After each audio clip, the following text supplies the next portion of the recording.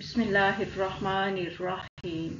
सूरह अल-नाज़ियात की आयत नंबर 2 से 6 तक की तफसीर नंबर 4। इससे पहले हम 3 तफसीरें इसकी पढ़ चुके हैं। आज तफसीर नंबर 4 है और ये है बाप के मुशाबे होना के हवाले से। तो वन नाज़ियात गर्का के मानी बाप के मुशाबे होना कैसे हो गए, तो इसकी हम तफसील देखेंगे। नाज़ा आ का मस्दर नुज़ुअन हो तो उसके हवाले से पूरी जब तफसीर देखेंगे, मानी अरबी लुगत के हवाले से उसमें ये मानी आएंगे।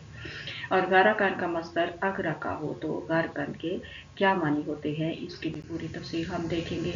और जब हम इनके मानी देखेंगे तो उसमें जब ये मानी आ जाएंगे बाप के मुशाबे होना के, तो इवन नाज़िआत गर्का के तफसीरी मानी इस तरह से बनेंगे। वो जमातें जो अपने रूहानी या जिस्मानी बापों से इंतहाई मुशाबत इख्तियार कर लेती हैं, और जब वो इंतहाई मुशाबत इख्तियार कर लेती हैं तो वन नाज़िआत गर्का जो है वो उनकी पहली खूबी बन जाती है।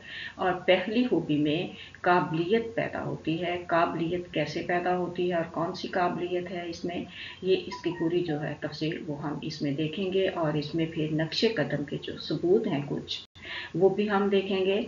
और इन सब को तफसील के साथ अगर आप देखना चाहें, इसमें हज़रत अबू बकर सिद्दीक़ का एक फरमान भी है कि अगर मुसलमानों की लाशें मदीना में कुत्ते घसीटते फिरें तो इसके आगे पूरा फरमान और ये किस वजह से उन्होंने कहा, ये सारी जो तफसील है वो हम इसमें पढ़ेंगे और समझने की कोशिश करेंगे। अगर आप इसमें इंटरेस्टेड हों तो आप ये पूरा वीडियो देख सकते हैं।